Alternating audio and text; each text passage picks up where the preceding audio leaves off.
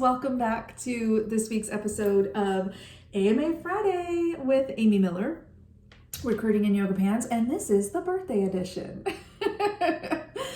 Tomorrow is my birthday, so if you're watching this on Friday, maybe if you're watching it later, it won't make any sense. Forget it. Anyway, it's my birthday, and I'm going to talk about what I want to talk about. How about that? That's what I want for my birthday. I want you to watch this video in its entirety. Okay, this is going to be a long one. This is going to probably upset some people, probably ruffle some feathers. I don't think it'll get me fired. Who knows? No, I don't think so. Anyway, y'all, okay, we got to talk about race. We just do. We're coming off of this horrific news about the murder of George Floyd. The week before that, it was Christian Cooper, who was unfairly attacked in Central Park. Yeah, I'm going to call it an attack because that chick was nuts. If you'll watch the entire video, not all Amy. Let me just say that. Here's the deal, y'all. This is, there's some disturbing shit going on out there. And I can't not say something. Man, there was a part of me that just said, Amy, just shut up. Talk about resumes. Talk about, there's a billion topics you could cover that don't have to be this controversial. Don't do it. Here I am doing it. Maybe I have this platform for a time such as this. I don't know. But I know I won't sleep if I don't share my thoughts. And hopefully this will in some way inspire anyone who's listening to think about how they're addressing this on their own desks or in their own job search or in their own recruiting strategy. Okay, so here's the deal. I want to tell you a story. I'm gonna try to keep this quick, but I need you to understand one of the critical lessons that I learned. This goes back several years. I was working for the state of Washington as an employment counselor, and I worked in our South Seattle office, which was, to be frank, it was a tough neighborhood. Over on Rainier Avenue, very economically depressed area. Most of our clientele, so our local folks that lived near us that we were their local office, a lot of immigrants, a lot of non-English speakers, primarily people of color. I had the occasional white person wander in. I was one of 2 white employees. It's just that part of the city is predominantly people of color.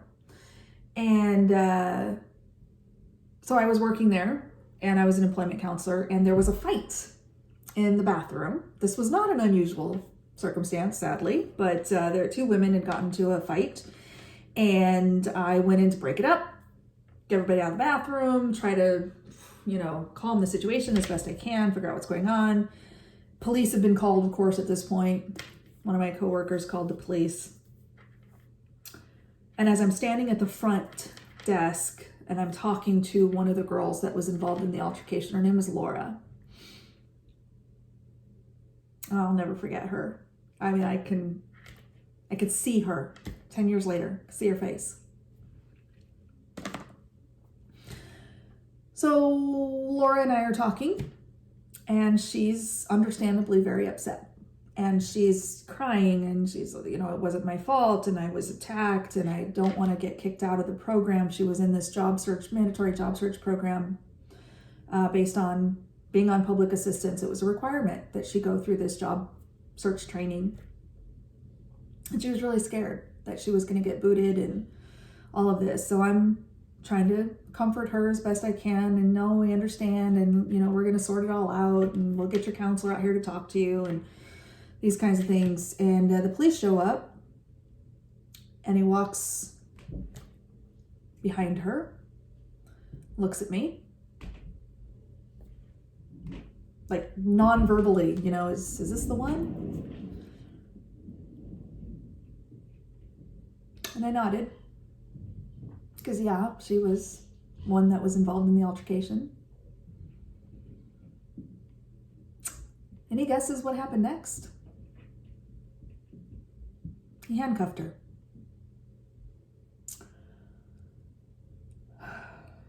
He was very professional about it. Certainly didn't manhandle her. I learned 2 very important lessons that day.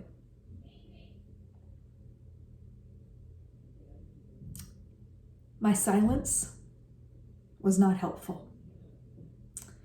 I could have explained. I could have said, "Oh, hi, Laura, this police officer is here to investigate the situation. Let's talk about what happened." I didn't do that. I didn't make it clear to the officer that Laura didn't even start this shit. I just stood there and watched Laura get handcuffed. And the second lesson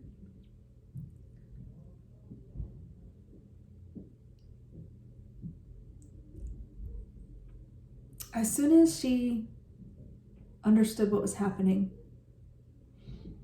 she stopped crying. And the look on her face, resignation. She was resigned to the fact that this is what happens to girls who look like her and live in her neighborhood.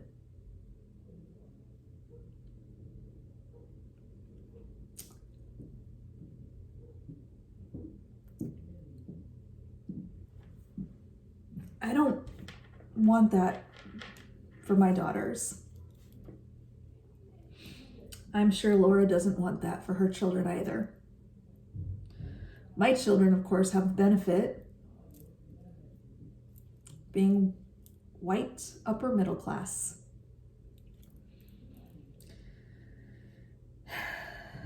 Our world is not set up in a way that provides equal opportunity out the gate.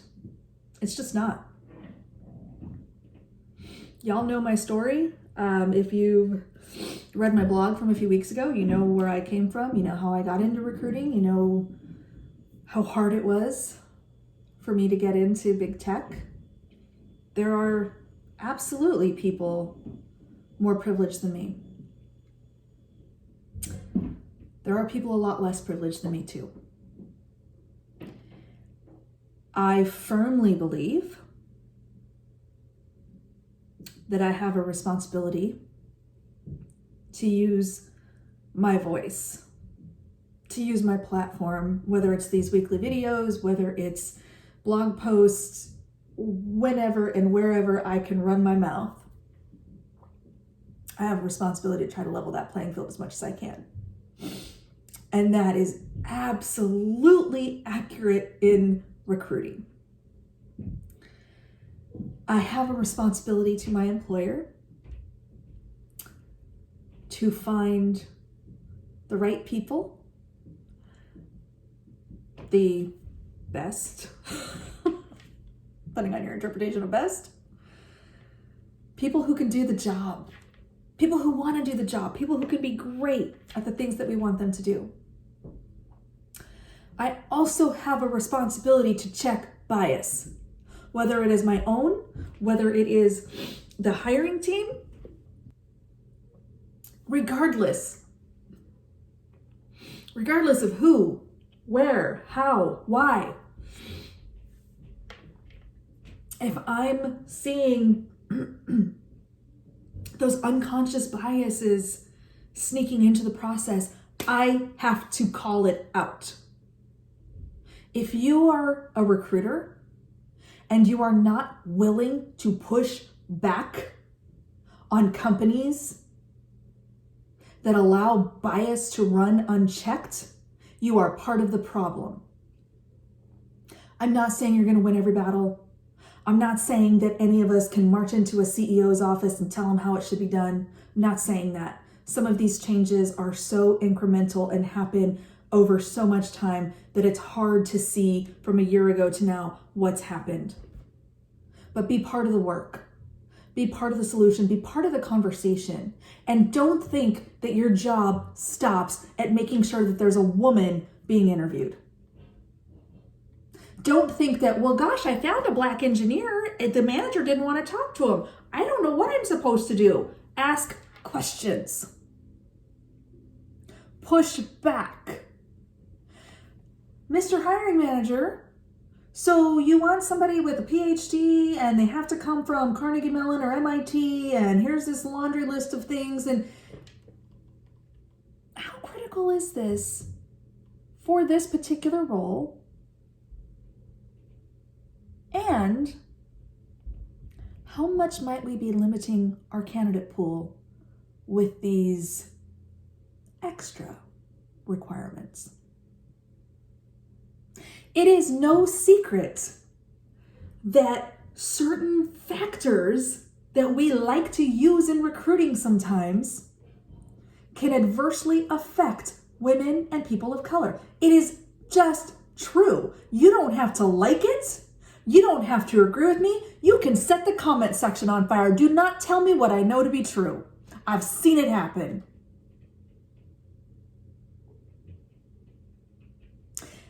And I've talked about it. And I've asked questions and I've pushed. And I've made people really, really, really uncomfortable. Because that is my job. It is not enough for me to bring women and people of color to the table. It is also my job to make sure that they are supported and included once they get here. Doesn't end with diversity recruiting. Inclusion is a big piece of that puzzle. And if you are not doing something, anything, asking questions, asking how you can help, wanting to open your mind and learn more, you might be part of the problem. Yelling at myself as much as I am you guys. Okay, these are tough lessons I have to teach myself every day too. So, last thing I'll leave you with, The Memo. This is a book written by Minda Harts. I've been a long time fan of Minda, follow her on social media. And I am actually embarrassed it took me this long to buy this book. A lot of my friends have it. A lot of people have talked about how great it is. And I have said, yeah, I need to get that. I need to check that out. Now I have. And I'm going to pass this along.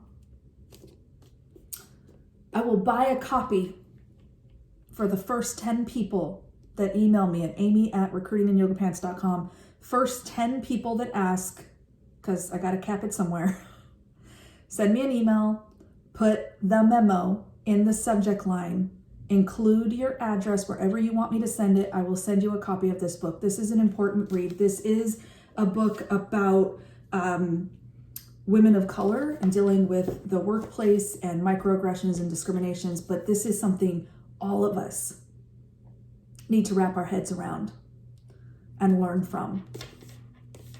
If you're still listening, thank you. Thanks for letting me yell. Thanks for letting me cry a little. If you have any suggestions, articles, tips, thoughts, drop them in the comment section. amy@recruitinganyogapants if you want to send me an email. You know I read all the comments, even the ones I don't like. Let's keep the discussion going, because if we're not talking about it, that's when we let it fester and grow. I'll see you next week.